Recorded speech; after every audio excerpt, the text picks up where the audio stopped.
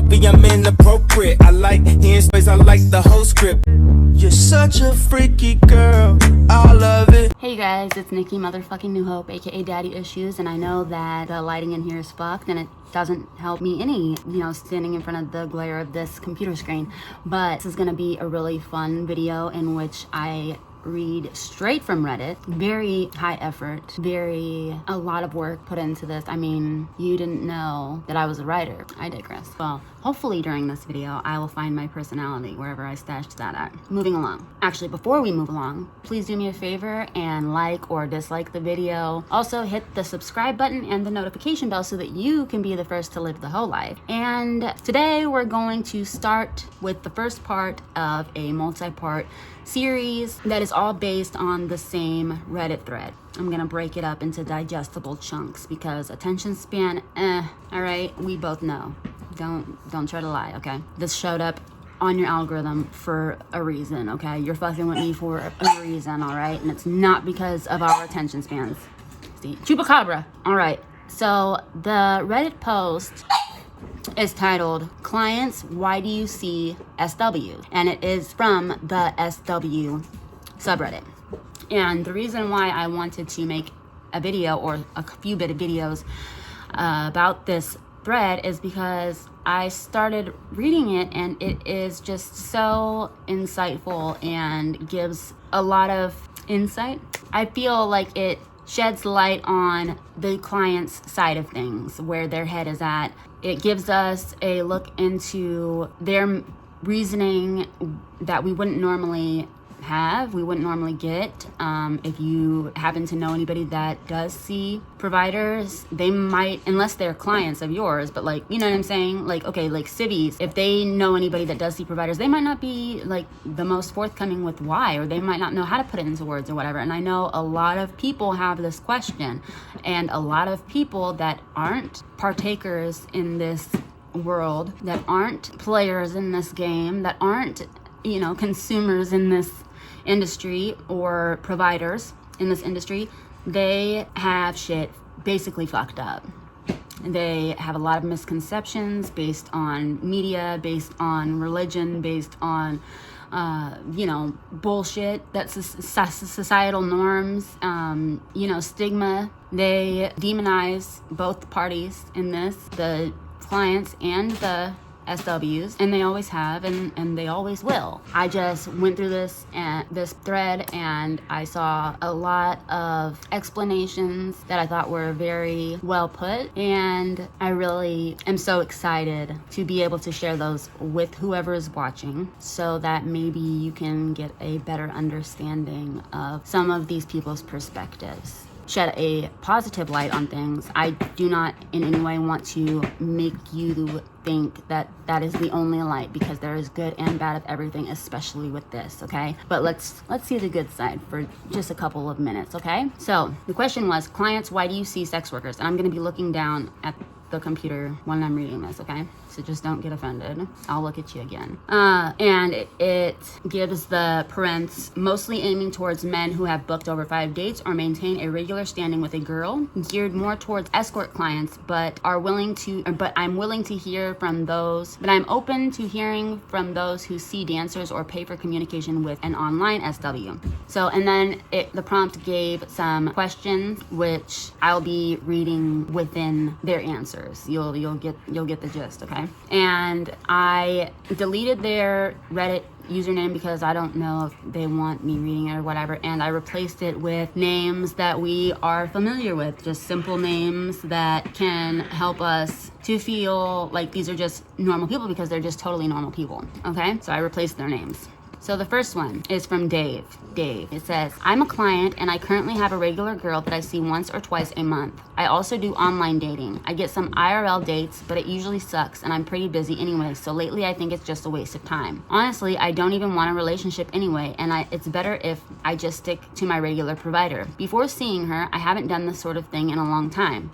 I'm a bit of a porn addict and I like to look at some of the popular provider sites just to look at pictures. That's where I found her. She's not the most beautiful escort, but she's She's extremely cute, and some things about her specific look really does it for me, so I started seeing her. Usually I'm extremely horny, and I've probably been looking at porn for a long time before the appointment. Me and my favorite provider love to do 420 together. She also lets me take pictures of her, and I'm always looking at these to get me in the mood. We usually do 2-hour sessions. She really knows how to satisfy me and take away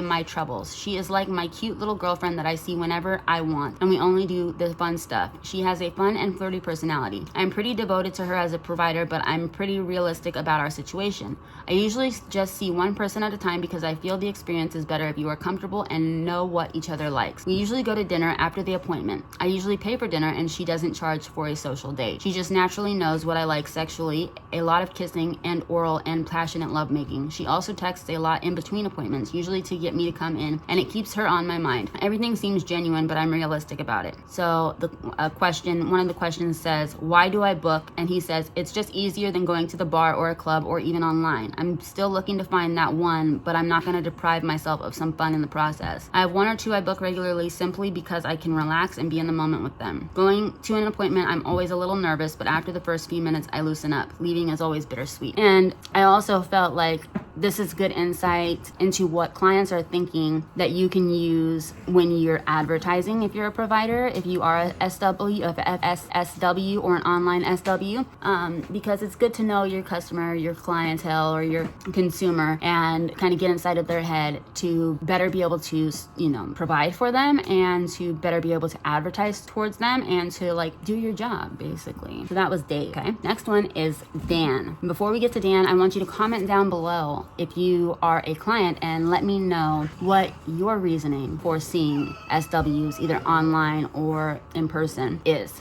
And if you're a provider, I want you to comment down below and let me know what you think their reasoning is. What is the most common reason that you have heard? Okay, so here's Dan's explanation as to why does he see SWs. Dan says, I'm aromantic. I've had girlfriends in the past while figuring myself out, so it's not an issue of not being able to date. I just don't want to. I'm romance repulsed and sex indifferent. Relationships don't work out because I can't provide what my partner needs, or I feel extremely uncomfortable trying to compromise too much. Usually they'll want sex a lot more than me, or they'll want PDA, constant alone time, signs of affection, and things like that. I mostly don't want to chance dating someone and hurting them because being aro isn't really compatible with most people, so I just hire an SW if I feel like I miss it or need some physical connection. I bought a Switch so we can chill and play games or something afterwards too. I treat her like a friends with benefits, I guess. We text sometimes and keep in touch. Those conversations feel pretty genuine, like they're between friends, but she could just be really good at her job. As for how it feels, I think the best way to describe it is safe. If I'm hooking up with someone I met at the club, there's still the worry back in my mind of whether they expect more from it. It's nice not worrying at all about whether she wants to date me, and that lets me feel a lot better about actually having sex. I would say I'm attached like I am with a friend, and I hope that she's comfortable with me. From these gentlemen. So the next man to answer is Dawson.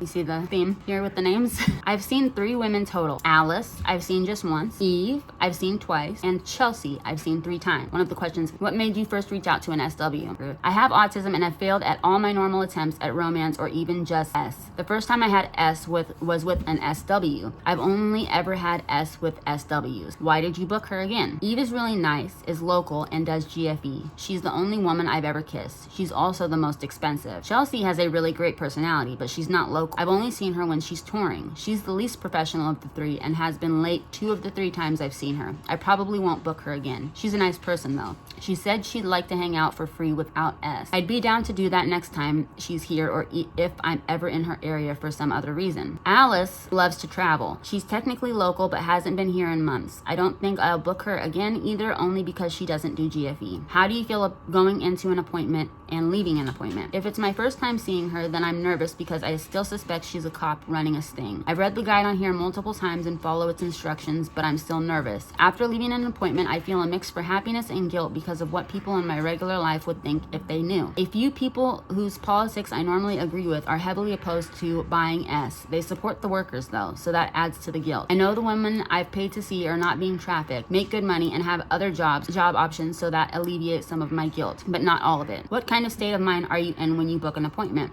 He says, lonely. It makes me think back to all of my previous attempts at normal dating that failed, and I go through with booking the appointment because of its simplicity. It's obvious what I'm getting when I show up. I like predictability, and SWs tend to be predictable, reliable, trustworthy, and upfront with what they expect from me. Most people aren't like that. What is your favorite date length? What if you were very rich? What if you were very rich? What is your favorite date length? What if you were very rich? What would your favorite date length be? He says, I usually book for 2 hours. If I can't afford at least 2 hours with someone, then I won't bother. Hey King, the S is important, but not the only thing I want.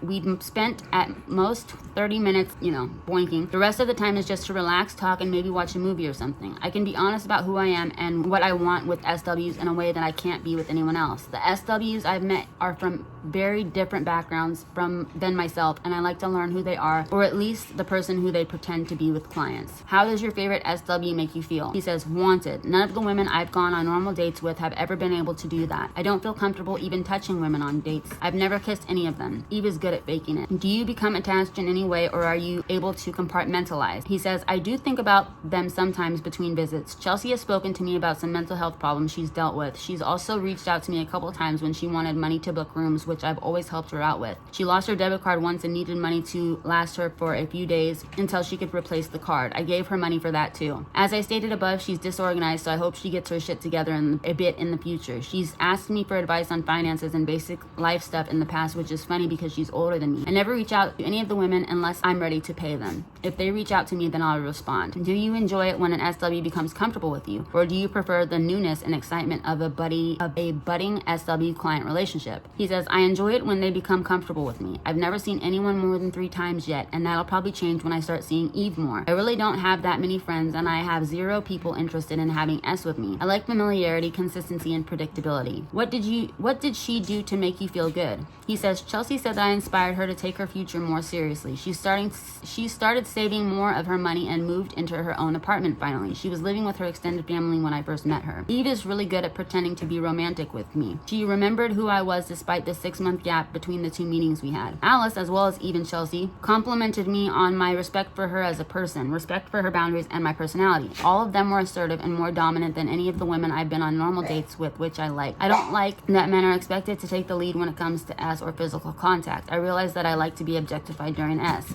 I feel comfortable when she's open about what she likes. When meeting someone for the first time, I like it to be an out. Outs seem like they'd be less convenient for the cops, but that's just a guess. I like when she's the one to initiate physical contact. I actually don't want to feel special or like a rock star. I want to feel normal, which is something I don't feel in my everyday life. I definitely like that they're attractive in my eyes, but that alone isn't enough. There are some very attractive people who are ugly on the inside. I wouldn't pay to spend time with someone like that. I don't like being complimented on my appearance because that doesn't feel genuine. All of the women I've had S with claim to have real orgasms, which is nice, but I'll never know for sure. I've never orgasmed with any of them, and I usually let them get in the position they find most comfortable. They control what we do and how we do it. I like the idea that they're enjoying themselves, but they could be just pretending so that I'll book them again. What made you first reach out to an SW? I was dating a girl and it failed to become more. My patience with civvy dating finally ended. How do you feel going into an appointment and leaving an appointment? He says, going to 49% terror and 51% hope, leaving 100% satisfied with my life in general. How does your favorite SW make you feel? He says, appreciated. I always try to be a good client, and each time I have gotten a thank you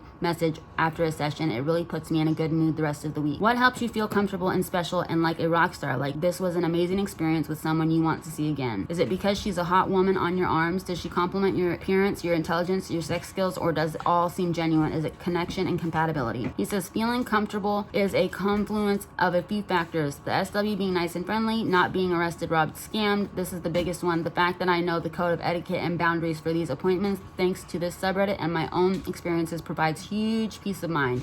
It isn't like civvy dating where the rules are occluded and shift dramatically from person to person. As for compliments, I like them if they're genuine. So that is part 1. The first 3 answers. There is going to be, I think, 3 more parts. Let me know if you like this, and I'll continue to do them. If everybody hates it, then I'll stop. There is much more interesting answers to come though. So let me know if you are interested in this, and I hope you are having an amazing, night. I hope you're out there being a hoe. Bye. Script. You're such a freaky girl. I love it.